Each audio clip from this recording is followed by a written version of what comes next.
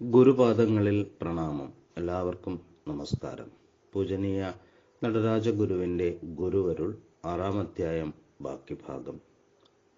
പുരാതന കാലങ്ങളിൽ ക്ഷേത്രങ്ങളുടെ ഭിത്തികൾ അനുഗ്രഹീതരായ ചിത്രകാരന്മാർക്ക് അവരുടെ ഭാവോജ്വലങ്ങളായ സുന്ദര സ്വപ്നങ്ങൾ ആലേഖ്യം ചെയ്യുവാനുള്ളതായിരുന്നു. ഇന്നിപ്പോൾ അവ പ്രാകൃതരായ നിരുത്തരവാദികൾക്ക് കരിക്കട്ട കൊണ്ട് തെറിസാഹിത്യം എഴുതി രസിക്കുവാനുള്ള സങ്കേതങ്ങളായി തീർന്നു. ഉത്സവമെന്ന് പറഞ്ഞാൽ ആഭാസന്മാർക്ക് മദ്യപിച്ചു കൂത്താടാനുള്ള അവസരമായി അധപ്പതിച്ചു. മഹത്തായ ജീവിതമൂല്യങ്ങളെ സംരക്ഷിക്കുവാനായി നൽകപ്പെടേണ്ട ത്യാഗപൂർണമായ അഹന്തയുടെ ബലിക്ക് പകരം നിരുപദ്രവികളായ ആടിനെയും കോഴികളെയും നിഷ്കരുണം കഴുത്തറുത്ത് ചോരയൊഴുക്കുന്നത് അവർക്ക് അത്യന്തം പ്രിയങ്കരമായ ബലിദാനമായി തീർന്നു. അമ്പലം ദുഷ്ടമായ ദുരാചാരങ്ങളുടെ അഭയസ്ഥാനമായി പരിണമിച്ചു. ആധ്യാത്മികമായ പ്രകാശം ചൊരിയുന്ന ദേവൻ എവിടെയോ ഓടിമറഞ്ഞു. ഇനി അവശേഷിക്കുന്നത് നാമമാത്രമായി മതത്തിൻ്റേതെന്ന് പറയാവുന്ന വെറും ശുഷ്കമായ തോട് മാത്രം. അധപ്പതനത്തിൻ്റെ മാരകമായ ദംശനമേറ്റ് ഗ്രാമശ്രീ തീരെ കെട്ടുപോയി. നാശത്തിൻ്റെ പാഴ്ക്കുണ്ടിൽ നിബദ്ധിച്ചുപോയ ഒരു സമുദായത്തിൻ്റെ ദുർനീരൊലിക്കുന്ന അനേകം വ്രണങ്ങളിലൊന്നാണ് നമുക്കിവിടെ കാണുവാൻ കഴിഞ്ഞ അമ്പലം. അമ്പലത്തിൽ നിന്നും അധികം ദൂരത്തിലല്ല അതിൻ്റെ ധർമ്മകർത്താവിൻ്റെ വീട്. അവിടെ കുട്ടികളെല്ലാം അത്താഴമൂണ് കഴിഞ്ഞ് ഉറക്കമായി കഴിഞ്ഞു. ഗൃഹനായിക അന്നത്തെ പണിയെല്ലാം തീർത്ത് വിശ്രമിക്കാൻ തയ്യാറെടുക്കുകയാണ്. ആ സമയത്ത് അവിടെ ഒരു അതിഥി വന്നു ചേർന്നു. അത് വേറെ ആരുമല്ല, നേരത്തെ നാം പരിചയിച്ച നദീതീരത്തിലെ യോഗിയാണ്. ഒരു യുവാവ് ആ കുറ്റാക്കുറ്റിരുട്ടത്ത് ചെറിയ ഒരു ചൂട്ടുമിന്നിച്ച് അദ്ദേഹത്തിന് വഴികാട്ടി കൊടുക്കുന്നുണ്ട്. ആ വീട്ടിൽ ശേഷിച്ചിരുന്ന ആഹാരം അതിഥി കഴിച്ച് വീട്ടിൻ്റെ മുറ്റത്ത് തന്നെ കിടക്ക വിരിച്ച് വിശ്രമിക്കുകയായി. നേരം നല്ലതുപോലെ വെളുക്കുന്നതിന് മുമ്പ് അതിഥിക്ക് വേണ്ടതൊരുക്കുവാനായി ഉണർന്നെഴുന്നേറ്റ് വന്ന ഗൃഹനായിക അത്ഭുതപ്പെട്ടു. കിടക്ക മാത്രം മുറ്റത്തവശേഷിക്കുന്നു. അതിഥി സ്ഥലം വിട്ട് കഴിഞ്ഞിരുന്നു. അദ്ദേഹത്തിന് തിരക്കു പിടിച്ച പല കർമ്മ പരിപാടികളാണുള്ളത്. സ്ഥലത്തെ പ്രമാണികളെയെല്ലാം വിളിച്ചു ചേർത്ത് അവരോട് സംസാരിക്കുകയാണ്. ജന്തുബലി പാടില്ല. വികൃതമായി തീർന്ന അമ്പലം പൊളിച്ചു മാറ്റണം. അത്രയ്ക്ക് ദുഷിച്ചുപോയ ആ സ്ഥലം ആരാധനയ്ക്ക് തീരെ യോജ്യമല്ല. മദ്യപാനം നല്ലതല്ല. മനുഷ്യർ ശുദ്ധിയും മര്യാദയുമുള്ളവരാണെങ്കിൽ ദൈവദൃഷ്ടിയിൽ അവരെല്ലാം സമാനന്മാർ തന്നെ. ആധുനിക രീതിയനുസരിച്ച് വസ്ത്രധാരണം ചെയ്യുന്നതിലോ ക്ഷൗരം ചെയ്യുന്നതിലോ യാതൊരു ദോഷവുമില്ല. ഇപ്രകാരമായിരുന്നു അവിടുത്തെ വീക്ഷണഗതികൾ. എന്നാൽ ഇതൊന്നും ആരും അത്ര വേഗം സമ്മതിച്ചു കൊടുക്കുവാൻ പോകുന്നില്ല. എതിർപ്പിൻ്റെ ക്രുദ്ധ സർപ്പങ്ങൾ പണം വിരിച്ച് ആടുവാൻ തുടങ്ങി. ചീഞ്ഞഴുകിയ പഴയ ഏടുകളിലെ ഉദ്ധരണികൾ ഉന്നയിച്ച് പഴമയുടെ പിടിവാദക്കാർ മുമ്പോട്ട് വന്നു. രക്തം ചിന്തിക്കളയുമെന്ന് ഭീഷണിപ്പെടുത്തി. പൂർവികന്മാരുടെ ആചാരപടലങ്ങളിലെ ഒരു രോമത്തെപ്പോലും സ്പർശിക്കുവാൻ നൂറ്റാണ്ടുകളുടെ ശക്തിയാർജിച്ച് കീഴ്വഴക്കം അനുവദിക്കുകയില്ല. ഗുരുവിൻ്റെ സാഹസികമായ പരിപാടികൾ ചിലരിൽ ഭീതി നിറച്ചു. വേറെ ചിലർ ക്ഷോഭം കൊണ്ട് കലിതുള്ളുവാൻ തുടങ്ങി. അന്തരീക്ഷത്തിൽ തിങ്ങി നിന്ന കിരാതമായ പ്രാകൃത ചിന്തകൾ സഹികെട്ട് ഉറഞ്ഞു കോമരം തുള്ളുകയായി. അതായിരുന്നു എതിർപ്പിൻ്റെ കലാശക്കൊട്ട്. കാരുണ്യം കൊണ്ട് കണ്ണു നിറഞ്ഞ ഗുരു മൊഴിഞ്ഞ മന്ത്രസദൃശമായ മിതഭാഷണം സ്ഥാപിത താൽപര്യത്തിൻ്റെ അട്ടഹാസത്തെക്കാളൊക്കെ ശക്തിയുള്ളതായിത്തീർന്നു. ഏറ്റുമുട്ടുവാൻ മുമ്പോട്ടു തള്ളിക്കയറി വന്ന പ്രതിഷേധങ്ങൾ ഒന്നൊന്നായി തളർന്നു തോറ്റു പിന്മാറി എന്ന് പറഞ്ഞാൽ കഴിഞ്ഞല്ലോ. അടുത്ത പ്രഭാതത്തിൽ കണ്ടത് പഴയ ക്ഷേത്രത്തെ ഗുരു തന്നെ പൊളിച്ചു മാറ്റുന്നതാണ്. പഴയ ക്ഷേത്രത്തിൻ്റെ കല്ലുകൾ തന്നെ പുതിയ ക്ഷേത്രത്തിനായി ഉപയോഗിക്കാം. അനേക തലമുറകളുടെ അന്ധവിശ്വാസത്തെ കുടിയിരുത്തിയിരുന്ന കാവ് വെട്ടിമാറ്റുവാൻ ഗുരു ആജ്ഞാപിച്ചു. അതിൽ നിന്നിരുന്ന ഊക്കൻ മരങ്ങളുടെ ചൊവ്വൊത്ത തടി അറുത്ത് ഗുരു ആരംഭിക്കുവാൻ പോകുന്ന പാഠശാലയുടെ നിർമ്മാണത്തിനുള്ള ഉരുപ്പടികളാക്കാം. ഇങ്ങനെയുള്ള പരിഷ്കാരങ്ങൾ പ്രയോജനത്തിൽ കൊണ്ടുവരിക എന്നുള്ളത് അത്യന്തം ശ്രമകരമായ ഏർപ്പാടാണ്. ചിലതെല്ലാം അവിടുന്ന് സ്വന്തം തപസ്സിന്റെ ഭാഗമായി തിതിക്ഷയ്ക്കായി സ്വയം സ്വീകരിച്ച മുൾക്കിരീടങ്ങളാണ്. മറ്റു ചിലത് തികച്ചും പ്രാകൃതവും അപരിഷ്കൃതവും അനീതിപരവുമായ ആചാരങ്ങളെ ജനങ്ങളിൽ നിന്നും പിഴുതുമാറ്റുവാനുള്ള പ്രതിഷേധമായിരുന്നു. വലിയൊരു പ്രമാണിയുടെ മാളികയിൽ ആതിഥ്യം സ്വീകരിക്കുവാൻ സന്നദ്ധനായി എത്തിയ ഗുരു മാളികമുറ്റത്ത് കോഴികൾ നിൽക്കുന്നത് കാണുകയാൽ അവിടെ കയറുവാൻ കൂട്ടാക്കാതെ മടങ്ങിപ്പോയി കളഞ്ഞു. സ്വന്തം കുഞ്ഞുങ്ങളോട് കാണിക്കുന്ന വാത്സല്യത്തോടുകൂടി അവയ്ക്ക് തീറ്റ കൊടുത്ത് വളർത്തി വളർച്ച മുറ്റുമ്പോൾ നാവിനെ പ്രീണിപ്പിക്കുവാനായി മാത്രം അവയുടെ കഴുത്തറുത്ത് അല്പം പോലും കരുണയില്ലാതെ അവയെ തിന്നുവാൻ ആർത്തി പൂണ്ട് കഴിയുന്നവരോട് എങ്ങനെയാണ് അവിടുത്തേക്ക് ഇണങ്ങുവാൻ കഴിയുന്നത്? തനിക്ക് യാത്ര ചെയ്യേണ്ടി വരുന്ന വണ്ടിയിൽ കെട്ടിയ കാളയെ വണ്ടിക്കാരൻ ക്രൂരമായൊന്ന് പ്രഹരിച്ചാൽ ഗുരു ഇറങ്ങി നടന്നു കളയും.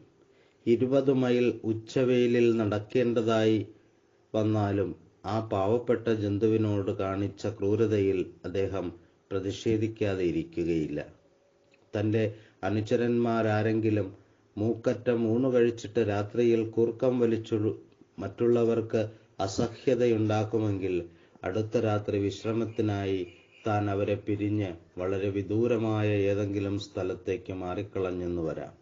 ഗുരുവിന് രാത്രിയിൽ ഉറങ്ങാൻ ഏർപ്പാട് ചെയ്ത ഒരു വീട്ടിൽ ജനലിനടുത്ത് ഓർമ്മയില്ലാതെ ആരോ തുപ്പിയത് കണ്ട് അവിടെ ലഭിച്ച സുഖസൗകര്യാദികളെല്ലാം ഉപേക്ഷിച്ച് ഒരു രാത്രി മുഴുവനും നദീതീരത്ത് ഏകനായി കഴിച്ചുകൂട്ടി. സമ്പന്നനായ ആതിഥേയൻ എത്ര തന്നെ അപേക്ഷിച്ചിട്ടും ആ വീട്ടിലേക്ക് മടങ്ങിച്ചെല്ലുവാൻ അവിടുന്ന് വഴങ്ങിയില്ല. അത്താഴം കഴിക്കാതെ ഇരുന്ന ഒരു രാത്രിയിൽ പാല് കുടിക്കുവാൻ അദ്ദേഹം വിസമ്മതിച്ചു. അത് കറവക്കാരൻ കന്നുകുട്ടിക്ക് കൊടുക്കുവാൻ ആവശ്യമുള്ളത്രയും പാല് പശുവിന്റെ അകിടിൽ ബാക്കി നിർത്താതിരുന്നതിൽ തനിക്ക് തോന്നിയ ദുസ്സഹമായ ദുഃഖത്താലായിരുന്നു. ഇങ്ങനെ സ്വജീവിതകാലം മുഴുവൻ സ്വയമേ ശിക്ഷകൾ അനുഭവിച്ചുകൊണ്ട് ഉത്കൃഷ്ടമായ ജീവിത മൂല്യങ്ങൾ സമൂഹത്തിന് വെളിവാക്കിക്കൊടുക്കുവാൻ വേണ്ടി അവിടുന്ന് കരുതിക്കൂട്ടി തന്നെ സന്ദർഭങ്ങളുണ്ടാക്കി തനിക്ക് നൽകുവാനുള്ള സന്ദേശത്തെയും ബോധനത്തെയും വെളിവാക്കി പോന്നു. 15 നീണ്ട സംവത്സരക്കാലം തൻ്റെ രാജ്യവാസികളായ ഏഴകളുടെ ജീവിതത്തിന് പരിശുദ്ധിയും ബുദ്ധിക്ക് പ്രകാശവും ആവുന്നത്ര കൈവരുത്തുവാൻ അവിടുന്ന് അഹർനിശം പ്രയത്നിച്ചിരുന്നു. അവരവർ താമസിക്കുന്ന വീടും തെരുവും വൃത്തിയായി സൂക്ഷിക്കുവാൻ അവിടുന്ന് തന്നെ ജനങ്ങളെ സഹായിച്ചു പോന്നു. പെരുമാറ്റങ്ങളിൽ സംസ്കാരത്തിൻ്റെ മിഴിവുണ്ടാക്കുവാനും അസംസ്കൃതരായവർക്ക് ഉത്തമ മാതൃകകൾ കാണിച്ചു കൊടുക്കുവാനും പറഞ്ഞു മനസ്സിലാക്കുവാനും അവിടുന്ന് പ്രത്യേകം ശ്രദ്ധിച്ചിരുന്നു. ആഹാരത്തിൻ്റെ പോഷകശക്തിയെയും ശുദ്ധിയെയും അവർക്ക് മനസ്സിലാക്കി കൊടുക്കുവാനും മറന്നുപോയില്ല. യാന്ത്രികമായ ആചാരങ്ങൾക്ക് വഴങ്ങിക്കൊടുക്കുന്നതിനു പകരം ബോധപൂർവം സ്വീകരിക്കുന്ന നൈതിക മാനദണ്ഡങ്ങളെ സ്വയമേവ സ്വീകരിക്കുവാൻ തക്ക ഉണർവും മനോദാർഢ്യവും ജനങ്ങൾക്കുണ്ടാക്കിക്കൊടുക്കുവാൻ അവിടുത്തേക്ക് കഴിഞ്ഞു. വികാരവൈകല്യങ്ങൾ കൊണ്ടുണ്ടാകുന്ന ദോഷങ്ങളെ തൊട്ടുകാണിക്കുവാനും പരിഹരിക്കുവാനും ഗുരു പ്രത്യേകം ജനങ്ങളെ നിഷ്കർഷിച്ചിരുന്നു. ഇവയെല്ലാം തുടർന്ന് അവർക്ക് നൽകേണ്ടിയിരുന്ന അമൂല്യമായ ശിക്ഷണത്തിന് കളമൊരുക്കുവാൻ വേണ്ടി മാത്രം നടത്തിപ്പോന്ന ഒരു ശുദ്ധീകരണ പരിപാടിയിലെ പ്രാഥമിക പാഠങ്ങൾ മാത്രമാണ്. അവിടുത്തെ സുപ്രധാനമായ ശിക്ഷണം ഇന്നും തൻ്റെ ദാർശനിക കൃതികളിൽ മൗനഘനമായിരിക്കുന്നതേയുള്ളൂ. അവയെ ശ്രദ്ധാപൂർവം പഠിച്ച് ഭാവി ജനതയ്ക്ക് വ്യാഖ്യാനിച്ചു കൊടുക്കേണ്ട കർത്തവ്യം ശ്രദ്ധാലുക്കളായ ശിഷ്യന്മാരുടേതാണ്. തേൻ തുളുമ്പുന്ന പൂക്കളെ തേടി ഭ്രമരങ്ങൾ തനിയെ വരുന്നത് പോലെ അനുകമ്പാസൗരഭം പരത്തിക്കൊണ്ട് ദേശം തോറും സഞ്ചരിച്ചിരുന്ന ഗുരുവിന്റെ ചുറ്റും ബുദ്ധിമാന്മാരായ യുവാക്കൾ ആവേശപൂർവം വന്നുകൂടുക പതിവായിരുന്നു. അപ്രകാരം വന്നുകൂടിയ അനുയായികളിൽ അവരവർക്ക് സ്വീകരിക്കുവാൻ കഴിയുന്നത്രയും സ്വാധീനം ഗുരുവിന്റെ ആശയങ്ങളും ആദർശങ്ങളും ചെലുത്തുകയുണ്ടായി. അവരോട് അവിടുന്ന് നിരന്തരം സംഭാഷണത്തിൽ ഏർപ്പെട്ടിരുന്നു. താൽക്കാലികമായ മൂല്യങ്ങളെ ശാശ്വത മൂല്യങ്ങളിൽ നിന്നും തിരിച്ചറിയുവാനുള്ള അവരുടെ അന്തർദൃക്കിനെ ജ്ഞാനത്തിന്റെ വജ്രസൂചി ഉപയോഗിച്ച് തുറന്നു കൊടുക്കുവാൻ അനുകമ്പാമൂർത്തിയായ ഗുരുവിന് കഴിഞ്ഞിരുന്നു.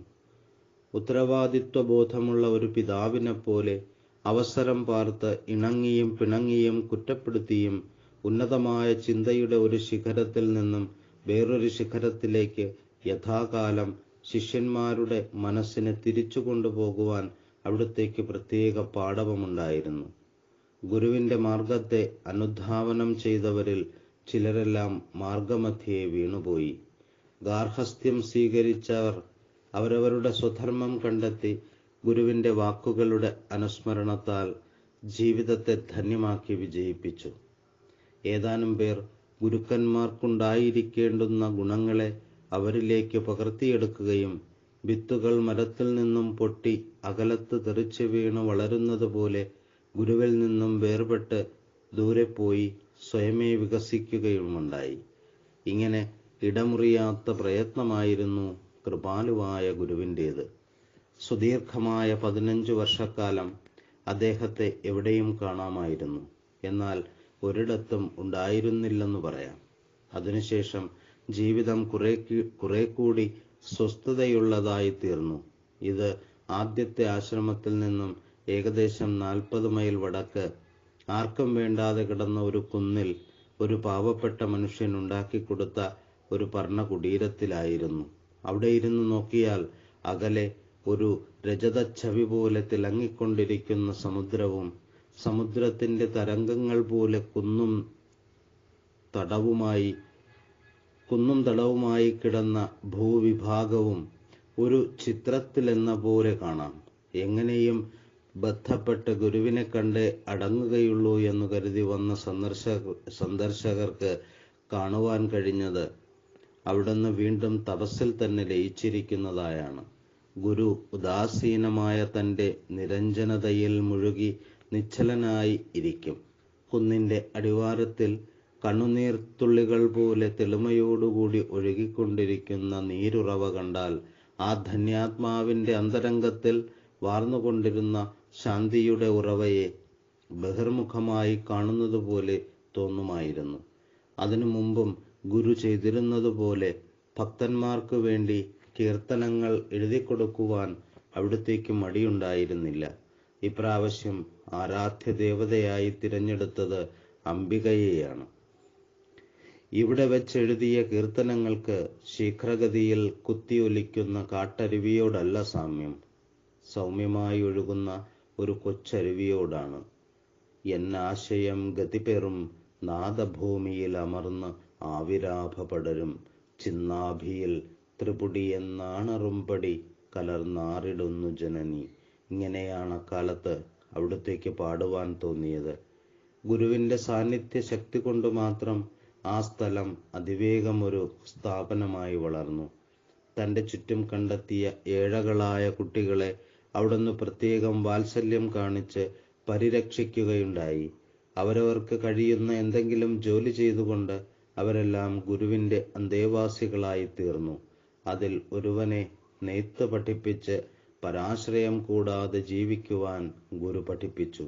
വേറൊരുവൻ എപ്പോഴും ഗുരുവിന്റെ സമീപവർത്തിയായി അവിടുത്തേക്ക് പുസ്തകങ്ങൾ വായിച്ചു കൊടുത്തുകൊണ്ട് അടുത്തു കഴിഞ്ഞുകൂടി പോന്നു.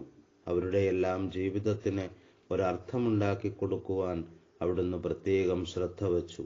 അവരുടെ ബുദ്ധിയുടെ ചെറിയ സീമകളെ കണക്കിലെടുത്തുകൊണ്ട് ഗുരുവിന്റെ മഹത്തായ തത്വചിന്തയെ അവിടുന്ന് അവർക്ക് വേണ്ടി ലഘൂകരിച്ച് പറഞ്ഞുകൊടുത്തു. ഏറ്റവും ലളിതമായ ഭാഷയിൽ ഈ കുട്ടികൾക്ക് തൻ്റെ പരമാർത്ഥ ദർശനം മനസ്സിലാക്കി കൊടുക്കുവാനും അതിൻ്റെ സാരാംശങ്ങളിൽ അവരുടെ ധ്യാനപരതയെ വളർത്തുവാനും ഗുരു താഴെ പറയുന്ന പ്രാർത്ഥന കൂടി എഴുതിക്കൊടുത്തു. 6-ാം അധ്യായം ഇവിടെ അവസാനിക്കുന്നു. എല്ലാവർക്കും നമസ്തേ.